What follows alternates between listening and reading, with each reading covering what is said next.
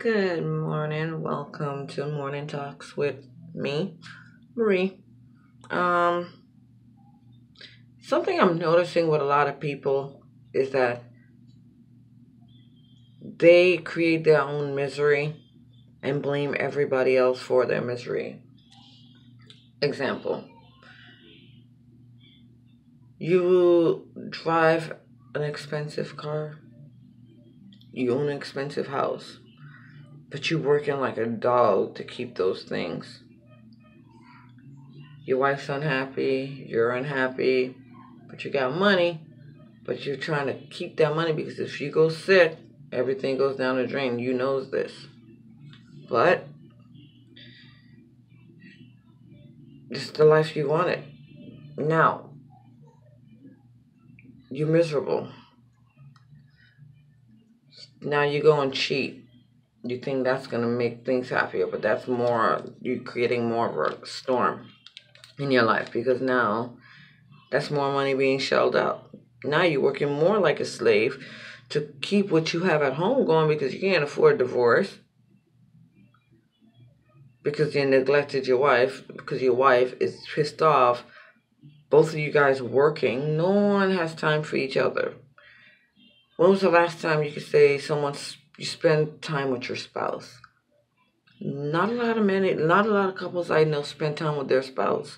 A lot of them work, work, work. They don't even spend time with their kids. But imagine if you could flip the script and you could downsize. Who's willing to say, hey, baby, you know what? Instead of having this big old house, we're in debt, bad credit, let's downsize. Let's sell the house. Let's fix our credit. Let's get a condo. Or even, yeah, a condo. And let's get a hoopty. But we spend more time with me, you, and the kids more. Get to know each other. You stop working for a while. Raise our children. Take the load off your feet. I'll handle this. And then together we're going to come up because if you have my back, because God gave woman as a helper to a man. And that's not a bad thing. Everybody wants someone to help them. That why you think we get married? Because we love the person and the person also helps us out. Not because we just love them and they're just going to sit there and not help you. Do you know how many men go to work and they don't have their wives make sandwiches for them? How many women are like, I ain't making no food for him? How many women claim to have headaches and they don't? Because the men do not give the woman the love and the support they need. Because both are men. Say you have two men in the house. And you seek a female on the outside to give you the compassion that your wife's supposed to be giving you on the inside. But whose fault is that when you're neglecting her as well? And you think that finding someone else on the outside is going to make things better. That was my ex-husband. He has regrets. He ain't never admitted, but he has regrets.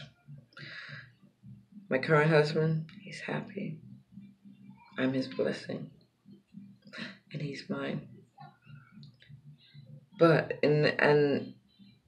first I had to learn how to flip the script. If I did not go through what I went through with my first husband and who I was, bougie, I would not be humble today to appreciate. I'm going to come back status-wise, but before I come back, I want to come back correct. I want to lay my foundation right with the right person who loves me unconditionally. He's given me time to heal. And now, my season to bloom. Let's see what blooms. Anyhow, flip the script. Downsize to upsize to keep that love alive. Ooh, I like the way that sounds. Try it. But it's a team effort to save. Because one day, you're going to look back and you're going to have regrets. Or you're going to look back and have memories. Happy ones. But the choice is yours. But first, you have to love each other, put each other first, and see if this is what you really want. And if not, let go and let God. And let him do him. Anywho, peace.